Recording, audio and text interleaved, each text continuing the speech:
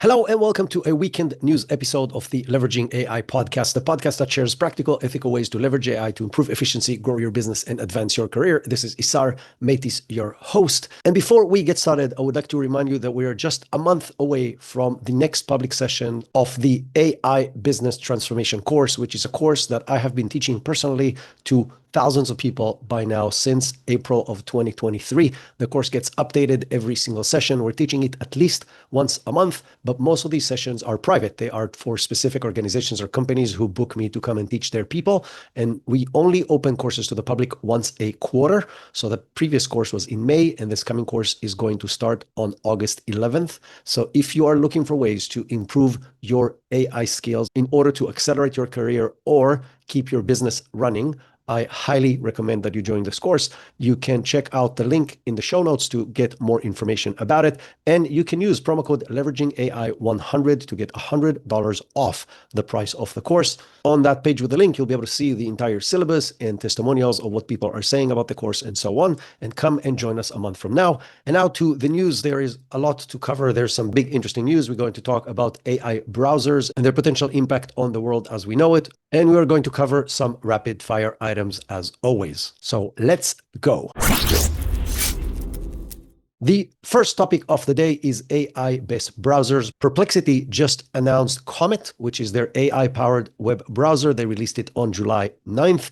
You probably don't have access to it. It currently only is available to their top premium users under the Perplexity Max plan, that is $200 a month. And beyond that, it's by invitation only, and that's probably going to expand over time. We're going to talk about why in a minute. But the idea is to integrate traditional search in a web browser environment with AI assistant that can help you do these things more effectively. There is a sidebar assistant that understands all the content in the web page, that can browse across web pages, that you can ask questions. It can summarize things for you. It can compare products for you, and it can fetch additional information and complete things for you, like complete forms, make bookings in restaurants, and so on, including switching tabs and everything else we do as humans in a browser. Now, it's built on Chromium, which is the open source version that Chrome is built on top.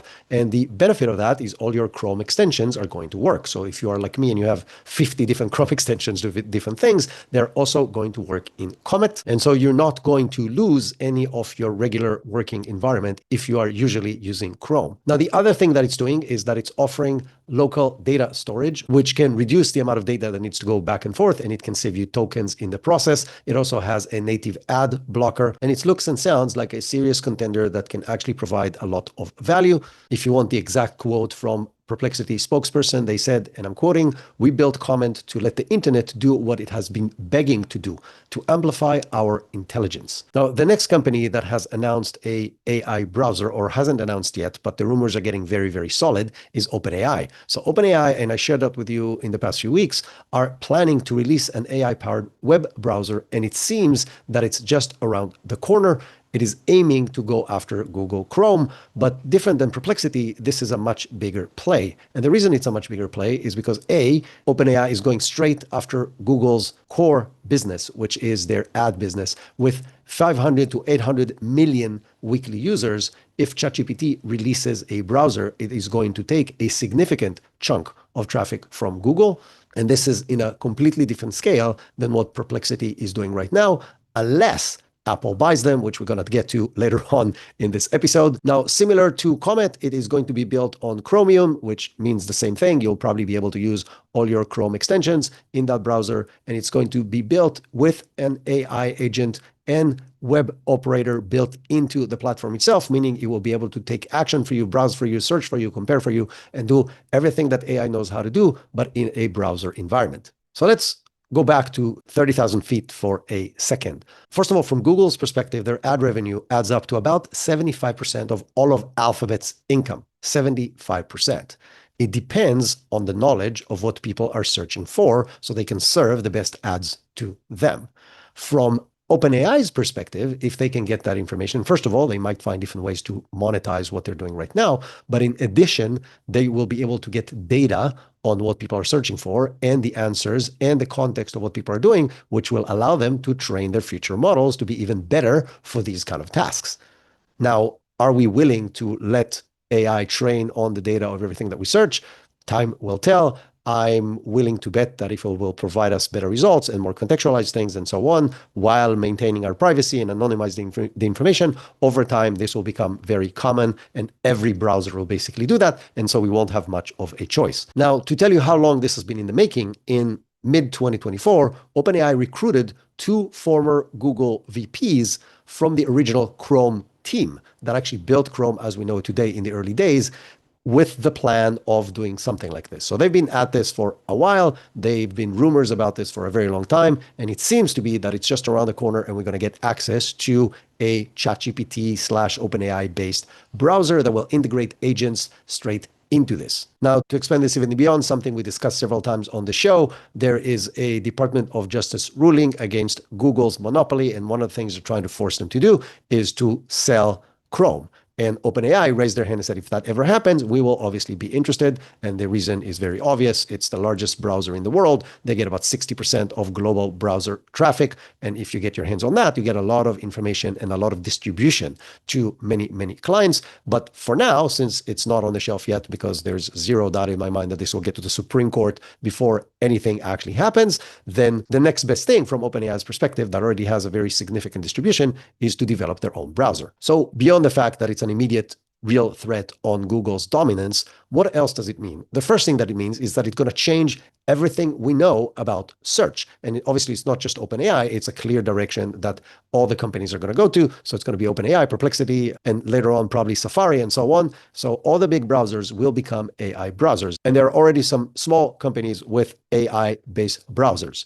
But why does it change everything that we know about search? Because it means that as users, we're going to see less results and more answers, meaning instead of seeing a list of websites, we'll get answers to the questions that we're asking, which means less and less traffic to the actual websites, which over time will come to probably very close to zero. That over time can be 3, 5, 7 years, probably somewhere in that time frame. If your website, if your business depends on web traffic the way you know it today, you better start thinking how to change everything that you know, including the architecture of your website, including what you sell, including how you sell it, to this new model. The problem is it's not very clear which direction this is going. But what is very, very clear is that the structure of your data and making it easily accessible and digestible to agents and AI tools is going to become significantly more important than the user interface and the UI that we worked so hard in order to optimize in the last 20 years.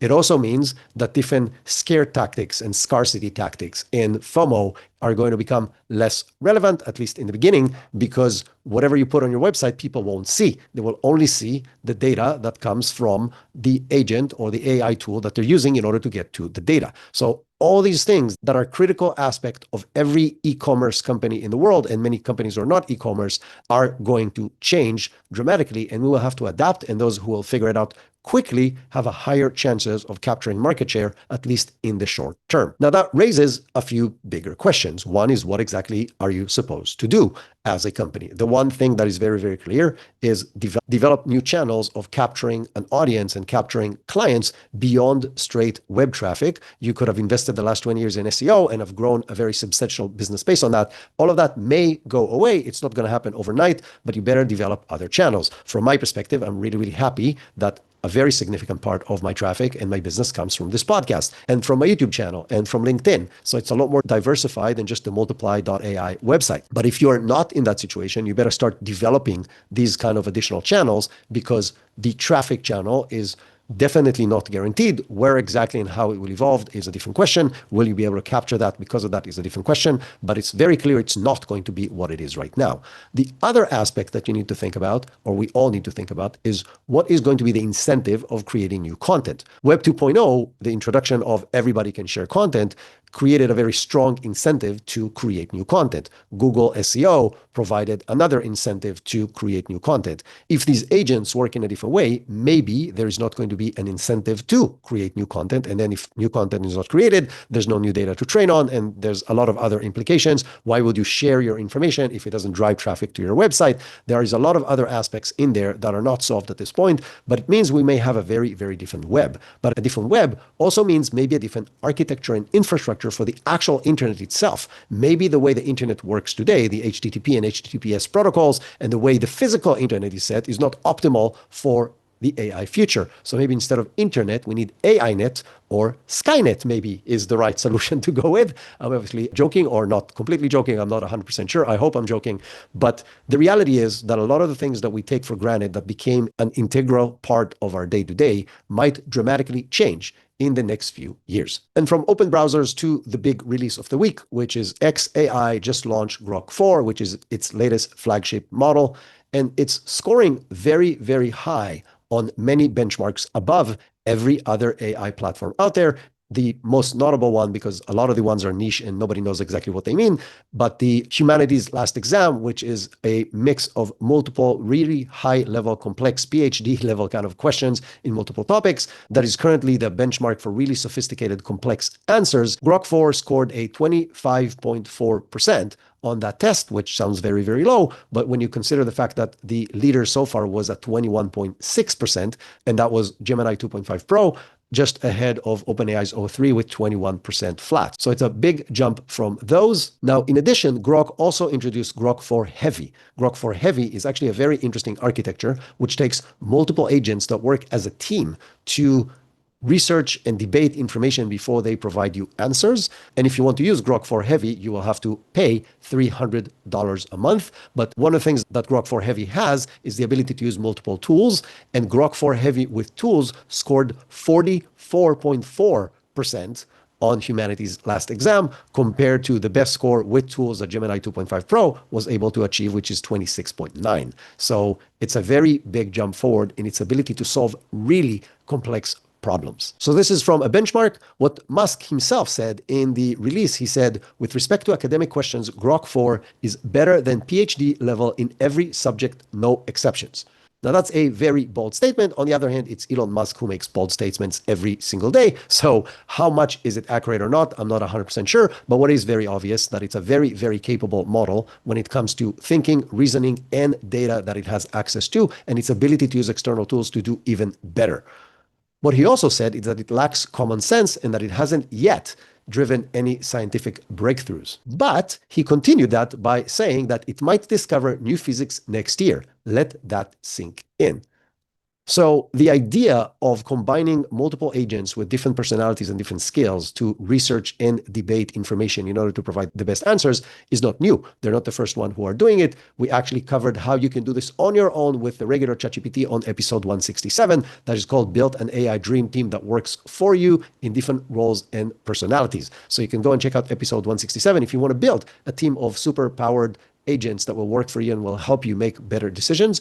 But doing this in an agentic approach with much more data and much more capabilities is really appealing. And at least based on the benchmarks, Grok 4 Heavy is taking the best advantage out of this concept moving forward. Now, it sounds expensive. It's $300 a month compared to, let's say, most of the tools that are $20 a month.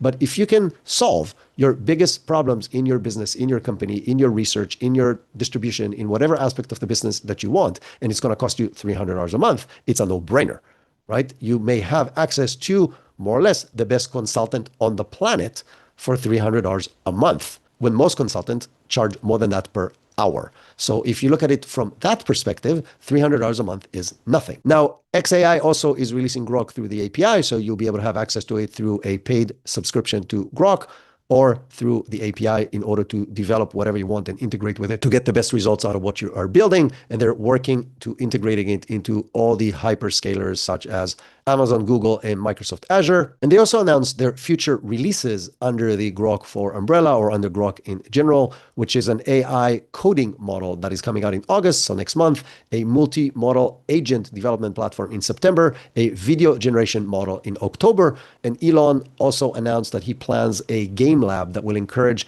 AI-powered game development, and they expect to deliver that this year. And he's expecting the first full-fledged high-end AAA game to be built with Grok probably next year. So that means think about a top game like FIFA or Microsoft Flight Sim or GTA. Games at this level developed through vibe coding with Grok that gives you an understanding of how sophisticated and capable he believes this platform will become within the next 12 months. Now, it is not going to be the first time that Elon Musk makes claims as far as timelines that are completely unreasonable, but let's say he's wrong by 100%, it's going to take 2 years. That is still very significant and profound in its implications of software development, because these are games that currently are developed by hundreds of people over a couple of years. Being able to do that through vibe coding is nothing short of incredible. And it also means other software that's sophisticated will be able to be created by single individuals over a relatively short amount of time without necessarily having great experience with coding and developing software. But it is very rare that you're going to get news related to Elon Musk without some kind of controversy. And so in this particular case, very shortly after its release, Grok was briefly restricted after posting anti-Semitic remarks, including using different Jewish last names and associating them with negative association, as well as praising Hitler. And so the model was restricted for a short while, and they removed part of its system message that was requesting it to use politically incorrect answers in order to make it more interesting. So this has always been part of Grok, is making it a little unhinged, as Elon Musk called it, and making it more fun and lively and less vanilla than all the other models. That obviously comes out with a price. And Elon summed it up very shortly. He said, Grok was too compliant with user prompts, too eager to please and be manipulated, essentially. That is being addressed. So they took it down, they made a small change, and hopefully now it's not going to do these kind of things. But I'm not sure that's the last we're going to hear from X doing weird things. That's just the way they build the model. They build it to be a little edgy, and I think they cannot care less about the model doing these kind of things. And if there's going to be a backlash about this topic or the other, then they're going to address it one by one versus going through 6 months of rigorous checking of what the model is capable of. You take it to the extreme of what people can use this model to do if it's better than PhDs on every single topic on the planet, like creating different mass destruction weapons or any other negative thing you can think of. And now you have a bunch of PhDs in your pocket without necessarily being tested whether you can use them to do bad things. I think that is really, really scary. And again, I'll be really surprised if the level of scrutiny on what the model can and cannot do before releasing it is something X cares about at least as deeply as some of the other labs. Now, Elon went further and even said that Grok 4 is a bold alternative to established players, emphasizing greater transparency and fewer content restrictions. So on one hand, that is a good thing. You don't want to necessarily have OpenAI or Gemini or anybody else decide what you're going to see and what you're not going to see. But the flip side is, if X wants to become a real alternative to these other platforms and they want enterprise users to use X as a real alternative, it has to be controlled. You cannot have a system running your business, basically acting on your behalf for customer service, etc., saying things that you cannot say as a company, whether they're anti-Semitic or other negative tone, because then it will get your entire company in trouble. It risks your clients, and you can't have that. And so I think while Elon's personality is definitely reflected in the way X runs and the way Grok works, they cannot keep on doing this if they want to turn this into a real alternative on the enterprise level. And I'm sure that they do, because that's where the big money is. And to give you an example how you may get a backlash from that, on July 9th, Turkish court banned X Grok from being available in Turkey. It's because Grok was issuing insults to the president Erdogan, his wife, his late mother, and Kemal Ataturk, who is the founder of modern Turkey. So Grok wasn't just doing this against Jews, it was just being Grok and being very loud and profound about everything, because that's how they built the model. And now they got completely banned from Turkey. The X team obviously immediately apologized and addressed the situation, but this is a one-off fixes for a much bigger problem. And I don't think it's a problem. I think it's just their approach. That's the way they built the model. And so these kind of things are going to keep on happening with X. This time they were banned by an entire country, maybe not a huge deal for X, but let's say that the model now is integrated into a large enterprise and it shares insider trader information with the public because it thinks it's going to be helpful, and then you get in trouble with the SEC, and then there's a lot of backlash that could happen from things like that. So this is just one example of how this could go terribly wrong for a company. And so if I have to guess, they will at least build an enterprise level that will be more tamed and more controllable, and maybe the public version will stay what it is today. But that's not the end of the news from XAI. Elon Musk confirmed on Twitter or on X that XAI's Grok AI, including the latest version, which is Grok 4 they just released, will serve as the voice and the cognitive core of Tesla's Optimus robot. So they're going to take their most advanced AI from X.AI and combine it with Tesla robots. They're also going to embed it into Tesla cars. So you'll be able to have a conversation with your car. I'm not sure exactly what it will enable. I'm sure it's going to be an extra fee per month to use it, but I assume if you're going to be paying for Grok, you'll be able to get it in your Tesla as well. I personally drive a Tesla, and I'm very curious to see how it is that going to work and exactly what it will enable me to do with the car. I'll be willing to pay the fee just to test it out and see what benefits it provides beyond the capability to have a conversation, browse the web, and get information. But But it shows something very obvious. It shows that Elon Musk as a person and X as a company and Tesla as a company has a very serious level of trust in the capabilities of Grok 4. Otherwise, they would not put it in the cars and they would not put it in the robots. It means that from a maturity perspective and from a benefits perspective, it makes business sense. Now, again, Elon is known for making big bets and taking risk in his businesses, but he's also known for being able to make the technology that he develops extremely successful. And this convergence of what Elon is doing right now is fascinating and can have incredible impact on the society of the world. So if you think about, we just mentioned three of his companies, X, that was Twitter, XAI, that is developing Grok, and Tesla, that is developing cars and robots that are self-driving, and the robots will probably have a lot of autonomy.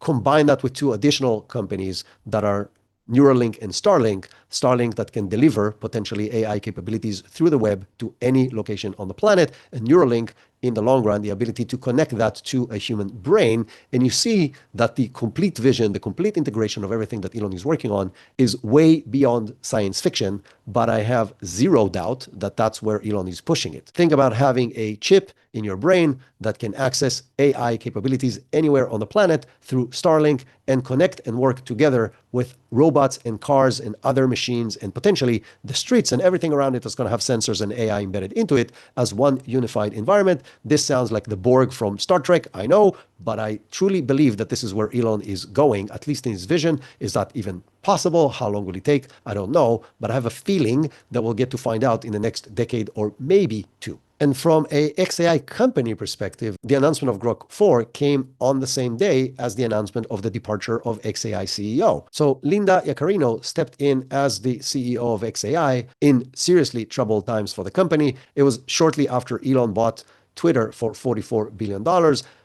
Yaccarino was the former NBC Universal ad executive, and she joined X on May of 2023, so just over 2 years ago. And she was the one that was able to more or less stabilize the platform and get the company from very serious turmoil to a relatively steady company. Now, she claims that through her tenure, she was able to grow X by 12%. That being said, if you look at similar web data, it shows a drop from 388 million users to 311 million. That's a very significant decline during that time. But she was able to stabilize the spiral that was happening at that time, where many, many publishers were leaving the platform. She also obviously had to deal with Elon as the face of the company, which is not easy because he would say whatever he wants, regardless of what is going to be the impact. And if you remember in an interview when he was asked about publishers leaving X and losing ad revenue, he said, and I'm quoting, "Go fuck yourself," when he was referring to the publishers.